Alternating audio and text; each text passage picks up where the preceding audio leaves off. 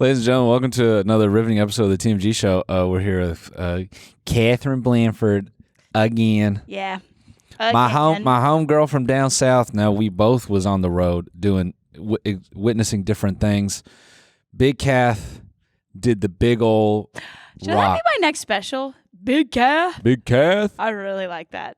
Yeah, do it. Big Kath. Yeah, maybe. Is that what people call you? Does anyone ever call you that? My bed lovers do. Big Kath? Because you got a huge wiener?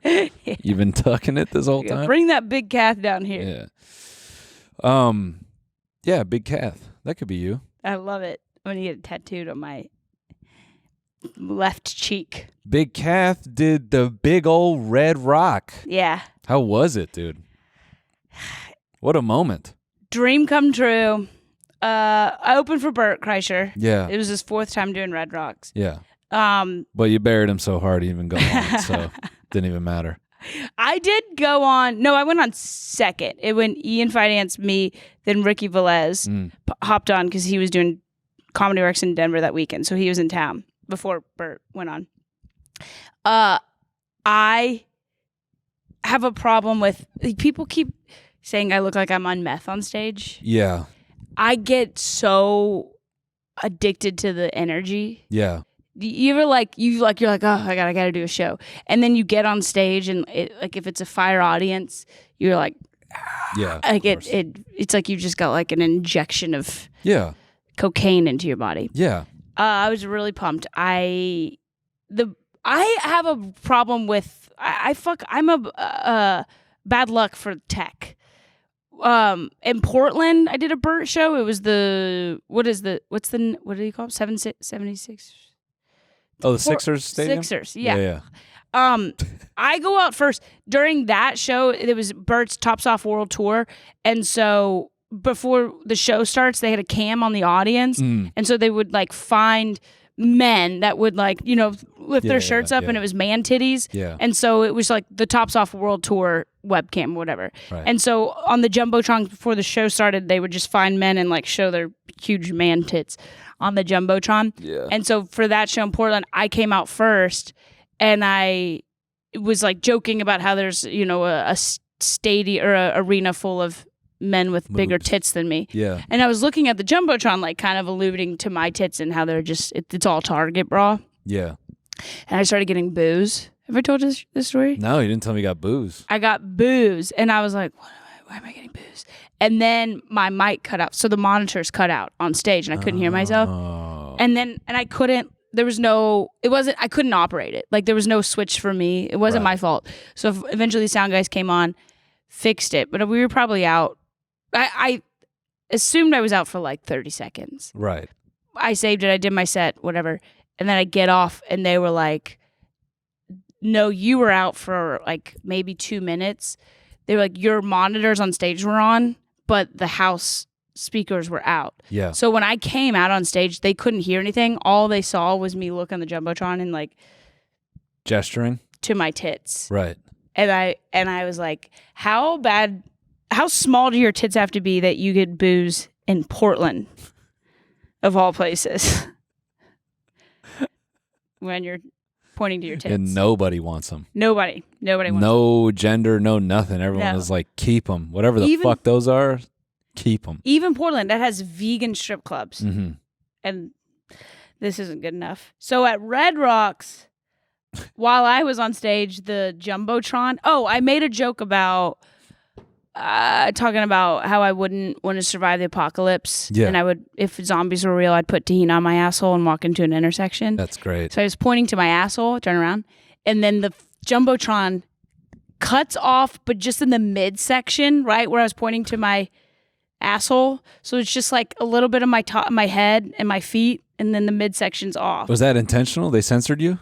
It kind of felt like it. They censored you, It dude. really felt like it. So I got on the stool so that my tits were sticking out from just the top of the Jumbotron. Nice. I was dicking around on stage at Red Rocks. And then you're going, tahini here. Yeah. And they were going, Tahini no, up top. Yeah. No, lady. Tahini on the anus during Armageddon. That's a good bit. I like Thank that. you. I was really funny. proud of it. Yeah. It was so dope. My favorite part you like go through the. Have you seen the? Hold tunnel? on. Is it because you think the zombie's gonna eventually get there? What? Why? Oh, my joke. Yeah. I'm talking about how I don't. Like, you ever watch the zombie movies and you're like, I wouldn't fight to live in that world. I'd rather be taken out. I don't want to live. I don't want to have lived with Wi-Fi and Apple CarPlay and my iPhone, and then have to go back in time and live without all that. I go, just take me out. Yeah. So I go. I mean, the joke is, I was like, I'd put tahini on my asshole and walk into an intersection, because I go, if you're gonna eat me, start at the best part. Okay. Right. Red Rocks, my favorite part. My little brother got to come, and so I got to bring him into the tunnel that everybody walks through before they go on stage. Yeah. And everybody signs it, so it's like you see like Bon Jovi and like Tom Petty and John Mayer. Wrote over their name. Yeah, I said John Mayer plus Katherine Blanford in love forever and ever and ever, and we have 11 children together. Yeah. Is that a nursery rhyme?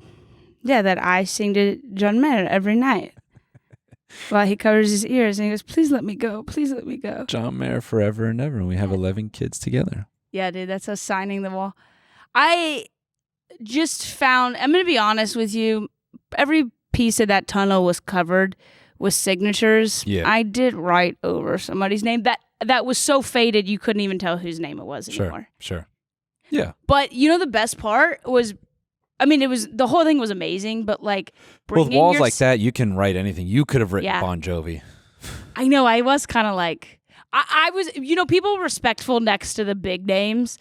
There was like, nobody's like writing over Tom Petty or something like that, but I wanted to so bad. Yeah, of course. The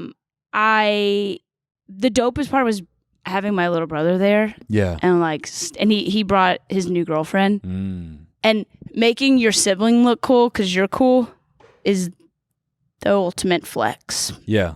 It's like healing a childhood wound, I feel like. Yeah. You guys, did you fight a lot growing up? Okay. Oh, yeah. But now it's better. Yeah. Yeah. Yeah, but to be like, I brought my little brother to the Tonight Show, my second appearance at 30 Rock, but he lives in Utah and lives in a tent half of his career. It's like what his job is. He has to for his job, and he didn't care. He didn't know who Johnny Carson was. That's cool. I was like, Studio 8H is down there, SNL's down the hall, and he was like, sure. Yeah. So this was like finally something that, because he goes and watches like Goose and jam bands and stuff. So this he thought this was cool. So that's so funny. You had to perform at Red Rocks for your brother to finally go, that's not bad. Yeah. My brothers, it's not like they hate it. They don't, they're like wildernessy guys. They don't care about what I do. No, not in a bad way. And like they just don't even know about it. Yeah, it's not tapped in. It's just not something they're into. Yeah, which is actually great, because then you realize all the stuff that we care about and fret about. You go, oh, most of the world does not give a shit about this, and it's not actually that big of a deal. No. So you had a good set though. I ripped. Great. I ripped. That's I awesome. wanted to keep going so bad. Yeah. I'm gonna do it one day. Do you ever you manifest a lot? No. Maybe I should try. Yeah. I was out here. I was like on stage. Do you ever, when you're on stage though, did you ever have a moment where you kind of leave your body? Your body's doing your bit in its muscle memory, and you zoom out and you're like, holy shit, I'm actually doing this. There's a crowd of people I don't know who've come to buy tickets with my name on the ticket, and they're listening to what I have to say, and this is the coolest thing on the planet, and I can't believe I'm here.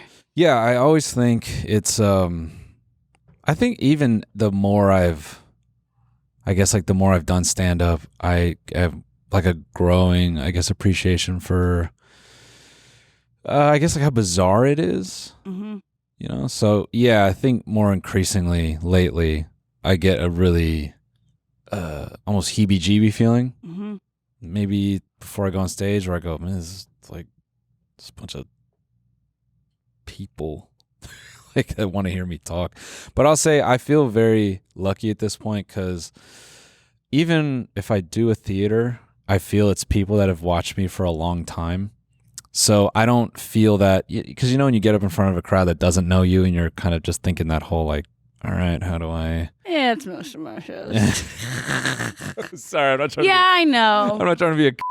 I'm just saying that feeling where you hop on a lineup or you like look at other comics on a lineup and you go, oh man, I'm a little bit different from this. Yeah.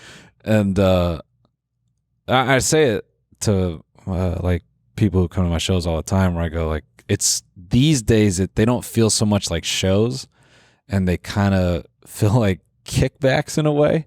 The shows when you're not the main attraction? No. When I'm headlining or whatever, like a bunch of people come to a theater, I guess I don't get the nerves like I used to because I feel fairly connected to everyone in that room. Mm-hmm. So I kind of feel like it's this really, I'm really grateful to be able to just step out there and go, what's up, guys? And then just get into what I want to say. Yeah. And mostly everyone in the room kind of knows my vibe already, so we don't have to do that whole,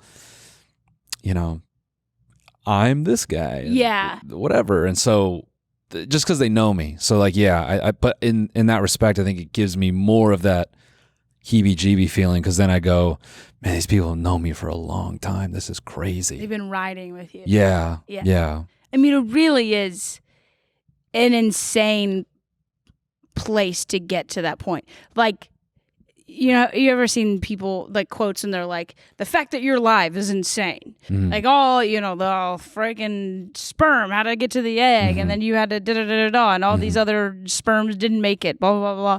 I feel the same way about having an actual career as a full-time stand-up comedian. So many people, thousands, are going to open mics a night, and it'll never happen for them. But even all the people, who before all that, right? That like when comedy wasn't a big deal. Yeah. And all the road guys that like literally paved the way. Yeah. And died on stages forever to like train people on what stand-up comedy is, just for us to come in and be like, well, I just have to make clips and then I sell out shows. Yeah.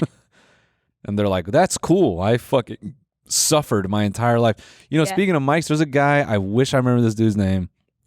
There's a guy I was coming up with back in 2012. This guy, he traveled around in a Winnebago, like a mm-hmm. fucking, motorhome. His stage act was like a mix of stand-up and an accordion and a harmonica. Mm-hmm. It's like, I've seen this guy. Not this guy, but I've seen this guy. Yeah. But anyways, not to talk shop too much. Congrats, dude. Thank you. It was so fun. I mean, and you asked me if I manifest. Yeah. Yeah. Yeah. I mean, I feel like you don't have to manifest though, because like you did do it. Right. I mean, but it's Bert's show. Yeah. But like also it was a 5-show run. So I just got back yesterday from doing Leanne Kreischer is. Also, I will say this. Like I've been doing shows with Bert for about 3 years now. Yeah. Dude, when I tell you, and he's really smart. He's business minded. He understands how to promote. He's the shit too. He also is like he wants to bring up everybody with him. Mm-hmm. But when I tell you that man struck gold by marrying Leanne Kreischer, but it's like so dope. I mean, like to marry somebody that's like not just makes you happy, but she is on your team. I mean, not to like use his catchphrase, but the actual machine behind him is. I'm like, how do I find that in a partner? Yeah. Yeah. It's you find somebody that not just is like, oh, what you do is cool, but it's like, here's how we're going to elevate everything, single thing that you're doing behind the scenes is dope. I have to say that is that's me and Alina. I know. Yeah. Listen, I'm not saying marrying somebody for the business. No, but you're saying because it's that I think understanding I guess it's like this. It's like entertainment is so, I guess it can be demanding if you're able to get in it. So I think what it becomes is the novelty wears off after a couple years, and then you need a partner that's like either going to believe in you or help you figure out how to stay in it, because it just occupies a lot of time. Yeah. It's like a very time intensive.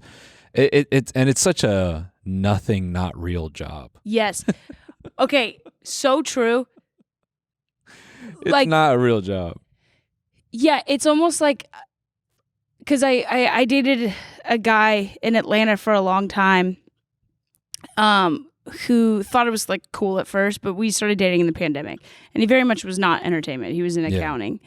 And it's hard to date those people because after a while, you don't blame them for thinking this way, but they're like, the novelty wears off, and then they're like, cool, you're posting a clip. Yeah. And it's so easy to like brush it off as it's nothing, but then you have to look at them and you're like, it seems stupid, but this clip could sell this many tickets on the road, and selling those tickets pays for rent or whatever else. And it, to anybody else, it's so, it can seem really silly and stupid. Yeah, it's like asinine. Yeah. And so you have to... Which is, I will say, I think an odd philosophy to have now, because I do think it's pretty ironed out that, you know, social media is very much like video driven, and so I think it's a bit odd now to think that way. I don't think most people think that way, but yeah, at that time, or maybe, well, I have to say this, it's not really related, but you know,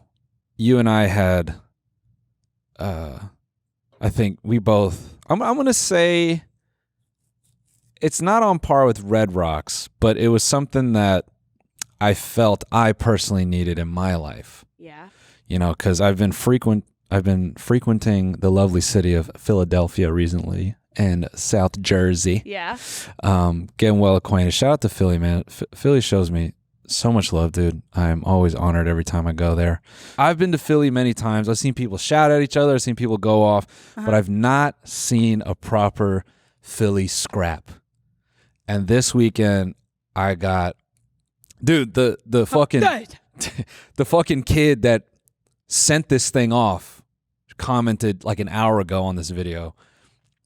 So let this run. Wait, before you play it, is this organized? Are these friendly people, or is this... No, we're chilling at a dive bar in Jersey. Okay. But we're like on the Jersey side of Philly. And, okay. Yeah. Motherfucker. I didn't do nothing. I do nothing. Motherfucker. Those little kicks. I didn't do nothing.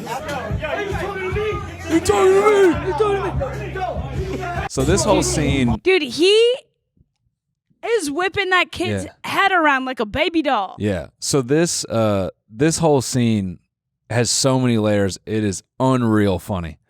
So the kid was on the ground going, "I didn't do nothing." Yeah. He commented. I mean, he admitted to it.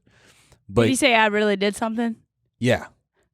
Because someone was like, "Did he really do nothing?" I said, "Nah, like he cracked that kid." So hold on, was this a pool fight? I don't know. I don't know what started it, but basically, curly haired dude. We're by this pool table and we're trying to get a game in, and the whole reason we're even here is because my tour manager. He's like, "Yo, I know a super local spot. I don't know what it's gonna be like," and so we go to this small bar nearby, and we get in there, and we're kind of near closing, and it's like 10 people in their 50s in there, and the bar owner's like, "We're closed. Pool table's broken." It wasn't broken. They just turned the lights off on the pool room, and we're like, "All right, they don't want us to play." Would you clog the holes? Yeah. How do you break a pool table? Yeah. So they basically are like, "Get the fuck out." So then he goes, "Well, I know another spot around the way. I don't know what this shit's gonna be like. It might be a scene, but maybe we'll get a table in." Yeah. So we pull up, and we're kind of laughing because we see some people standing on the corner outside the bar, And I've never been here, so I'm not realizing the scale of this bar. I'm thinking it's really tiny. It's maybe a couple dudes outside smoking cigarettes. We round the corner. It's a total scene. They're like about to close. But my guy's like, I know the bartender here. I bet that if we just post, they'll shut down and then we'll be able to get a few games in. And then we could leave like kind of maybe like with the staff. Yeah. So we go in and we were posted by the table. Really fiending. Yeah. He makes contact with our guy. We're like, cool. The table's great. It's like an 8.5 foot. The felt's good. You know, the balls, Predator balls. No innuendo there. It's just a brand. And so we're like, sick. Good felt. Yeah. Good Predator. Yeah, good. So we're standing by, and someone by the bathroom just pokes their head out and goes, "You fucking fat piece of shit." Yeah. We look across the room. This is the game he was looking for, by the way. So the guy across the room is about like 6'2", 6'3", tatted up Philly guy. He's like, or Jersey guy. He's like, now the guy he's chirping at, I think he's got like an Eagles crew neck. He's got a hat on. He fires up at hearing this. It's so funny because I don't know what led to that. And so he starts chirping back. He's like, "Walk out that door. Go out that back door right now. I'll show you what a fat piece of shit does. Yeah. I'll show you a fat piece of shit. Walk out that door right now." And then the kid is chirping. Then the big guy kind of comes around the pool table and he's like, "Go out that door. I'm the wrong fucking one." And I'm going, all right, now it's about to get ugly. Right. So then the security's trying to separate them. Mind you, security is not, these are great guys, but I don't know if these are like, former Navy SEALs or anything like that. Right. And this is what's supposed to happen at a Philly bar. Yes. So they're not like, "Hey, don't do that." Yeah. They're like, all right, yeah. Yeah, it's part of the night. Technically, this bar's in Jersey, so Philly guys, if anyone from Philly is gonna, I mean, it's a difference, Right. but if there's not 3 fights that night, business is slow. yeah, exactly. And people are going to stop going. Yeah, that's why they're there. Yeah. So this commotion kind of clears some people out. It makes people uncomfortable, but then naturally, fucking bonehead. I'm one of these bonehead guys, moths to a flame. We see an altercation. Guys start lining up along the walls going like, "Man, I think they're going to fucking swing, dude. Yeah? Yeah, let's fucking go." Everybody wants it. Yes. So a curly hair boy, tight tee. A tight tee. Tight tee, he goes into the bathroom. Unsupervised. He walks in there, and then the other kid with the long hair, like little bicycle kicks, he walks in after him. They go in the bathroom. For no audience? It seems like it's subsided. As he describes it, as he's walking out the bathroom, the kid is like, "I'll fuck you up," and he pushes him. Now, I happen to look up on the push. Curly hair guy turns around, lands a nasty close right hook. It's just Where? like in the bathroom doors open. Curly hair kid gets pushed forward and he turns around. Boom! It's like so tight and just it's a chopping fucking right hand. Kid gets bopped on the chin. It wakes him up. Oh my God. He then, after he clocks him, How is he not passed out? How is he not knocked out? Well, it was just like a swift jab. He gets the kid in a headlock. The kid who pushed him. So now curly hair kid, he's cracked him and he's got him under his arm. Oh no. Now the security guards jump in and they're trying to separate him. That's someone's son. So here's what's crazy. Curly haired kid gets put in a fucking a guillotine by this bald security guard. Yeah. And the bald security guard is going to the max. And the curly hair kid is tapping. He's tapping. Oh, no. He's going, "Bro, what the fuck?" Bald security guard is getting pushed back because then, Buddy's like, "You motherfucker." And he's trying to hump the kid. And then the other security guard is choking him out and just yanking on his neck, just trying to get them. Incredibly sexual. Yeah. So now it's like a human centipede of choking each other. They get him kind of separated. They lift the kid up. He's doing the bicycle kicks. Now, what's funny is in all this, you see at the end, that guy just looks at Buddy with the dreads. Hold on. Wait for it. He looks at Buddy with the dreads. He's like, you talking to me? You talking to me? That was the... Is that a new man? Is that a new player? Bro with the dreads is kind of standing there the whole time, kind of trying to help, right? Right. You see him kind of reach for, curly hair, curly tight tee. And the other guy just fires up out of nowhere. He's like, you talking to me? Yeah. Dude with the dreads, he was getting chirped at by the big guy too. Literally the whole time, he didn't do shit. He's just standing there. Right. But the other guy was like, I haven't got my fix in yet. Yeah. So they start yelling at him. So then the security guards start yelling at dude with the dreads, and they say, get the fuck out of here. Yeah. And he's like, I didn't do nothing. Mm-hmm. And it was fucked up. We saw the whole thing. Now, here's what's funny. All this commotion happens. Everyone goes out into the parking lot. Oh, no. Whole bar like spills out there because they're kicking everybody out. And everyone just stands in the parking lot. Well, yeah, because it's not... Now you're not in the ring anymore. Yeah, so now everyone is like... Yeah. It's like all the GTA stars went back to zero. Right. And everyone's like, oh, hey. Yeah. We did our show. Mm-hmm. We probably got paid by the bar staff. I mean, bro, it felt very Hamilton. I was in a similar situation last night. Oh, a scrap? You could say that. Okay. You could say that a Westchester dodgeball league scrap. Okay. I went and played dodgeball with Craig Conant. Yeah. Have you played dodgeball recently? Not recently. Have you played in the past 20 years? No. Oh my God. Yeah. I got hit in the face a few times and That was intentional? felt elated. Oh. Yeah. By the way, I have no coordination. Okay. I'll run for 20 miles. I'll squat 135. I'll squat 135. But you tell me to throw a ball in a hoop, and it'll bounce back and hit me in the head.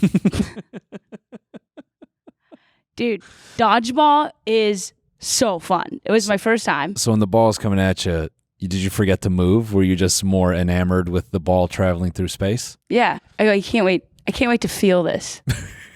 I don't drink anymore. Okay. So, I drink a little bit. Dude, at one point, though, I had two balls in my hand, and this girl threw the ball at me, and I caught the ball with two other balls. Nice. And it felt like doing Red Rocks. Yeah. It was fucking Yeah, that's dope. the thing is performing at Red Rocks, although it sounds very unique, you can actually get that same dopamine from simple things. Like fighting somebody. Yeah. Do you fight? No, I'm not a fighter. I'm a chiller. If you had to fight, Yeah. would you punch, or are you more martial artistic skissies? Give me a scenario. Where are we? Highly dependent. Okay. You're at a pool hall Okay. in Washington. Okay. Yakima. Okay. Yakima. And a guy, you hit it, he goes, you cheated. You blew the ball into the hole. Okay. He breaks his pool stick, and you have your back to him, and he whacks you on the back with the broken pool stick. Oh. Yeah. What are you going to do? I turn around, drop to one knee, I pants him. Okay. All right. So you're doing, you're a little. So when he looks down, then you know how when someone when you're a little kid and someone puts their finger to your belly button and they say, what's that? And then they flick your nose. Yeah. I do a similar thing. I'm like, ooh, what's that? And he looks down at, because I've already pantsed him. He's looking at his pants being down, and I flick his wiener up. Oh my God. Okay. So you're a little bit Portland with it. I mean, this is fighting. There are no rules. Okay. I pants him, boxers included. I flick his wiener up. What if he kicks you then? He can't. He's pantsed. Oh wow, that's a really good point. So you're turning into a little Ace Ventura. It's a bit of a like disorienting thing. Your pants are down. I've just flicked your wiener up. Uh-huh. Well, I don't know his sensitivity. That flick alone might get him a little up. He might get more jacked up about it. Yeah, that sensation. And then he comes and he kisses you. Well, that adrenaline starts feeding into his penis. Now he's dealing with embarrassment. Oh, yeah. And then to gross him out a little bit, after I flick the wiener up, I continue all the way up the chest and brush the lips and then up into the nose. So it's like a one. Yeah. And now he's like, I don't know. Now he doesn't know what to do. And now he's overcome with emotions and feelings. Mm-hmm. And he's like, I don't know if I'm mad at you. Yeah. But I feel a little bit, I feel a little tingling inside of me as well. As I'm doing that, his hands are probably going to be flailing. I lick my left finger. Wet willy. Whoop, whoop, and I just push him down. And then he starts crying. Yeah. And he goes, I want to talk to my mom. Yeah. I miss my mom. Either that or he's just an old man with a half-hard dick and a wet willy lying on his back. And he's like, oh, what in the hell? Yeah, and they go, back in the day, we used to just punch each other. And I'm gone. I've already ran out the building. Right. Wow. That's so Gen Z of you. I mean, that's one way of putting it. Yeah. It's Some might call it gay, but... Well, I was trying to say everything but gay. But what you really were, you're messing with his feelings at that point. Yeah. You're taking it beyond physicality. High psychological warfare. That's what it really was. Yeah. I mean, if you think about it, if I turn around and I get a good grip on the pants and boxers and that shit just comes down. Yeah. So embarrassing. That is a really good point. When you're Winnie the Pooh mode. And then all of a sudden, what if he has a belt on? I mean, that's why I train my grip. Oh my God. It's even more embarrassing if he's got a belt on and I get them shits down. See, if it's an old man in a pool hall, I know he's got no ass. That's a really good point. So he's got no ass, no hips.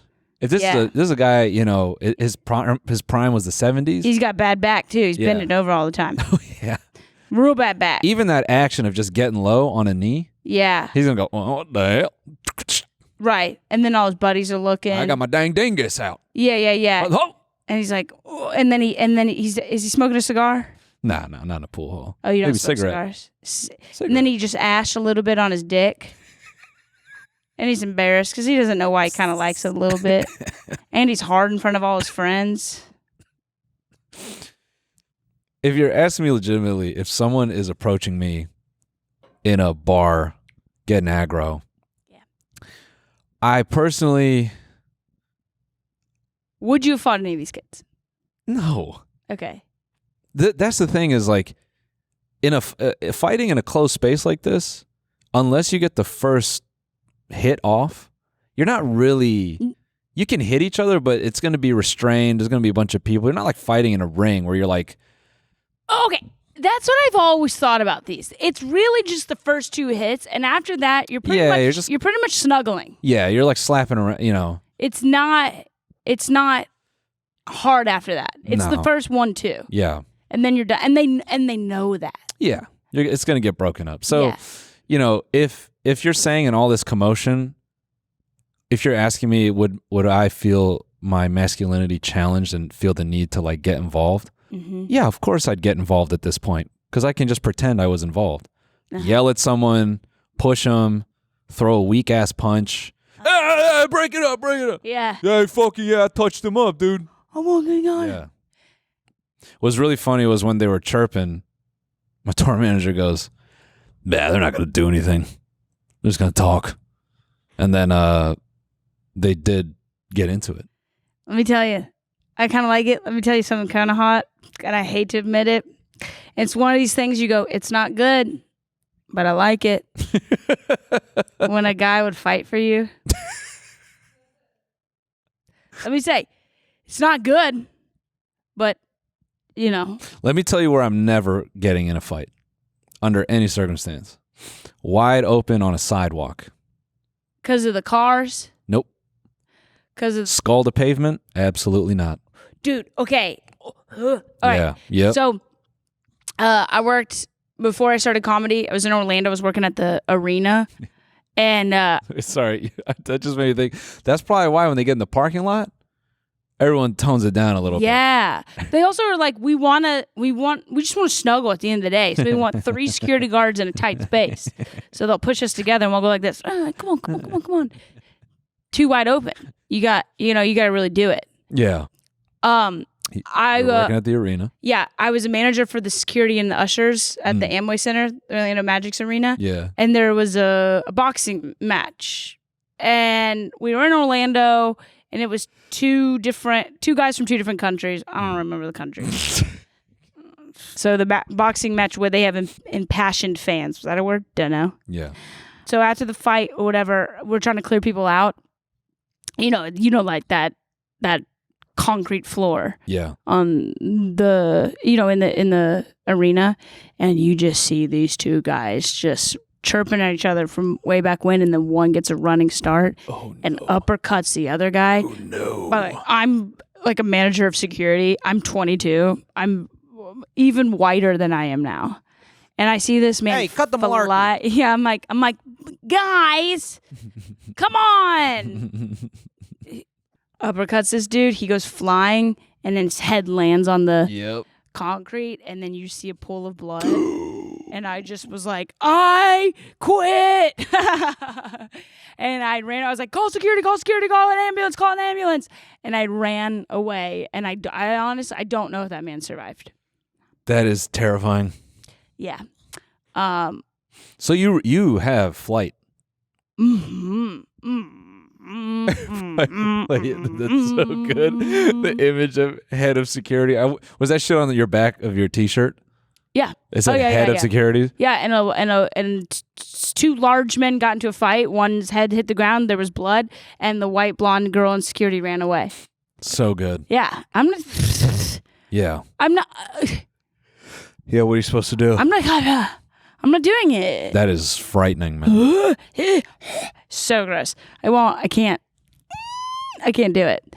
But boy, let me tell you something. If I was dating that guy that uppercut that other guy, I'd be like, you can marry me right now.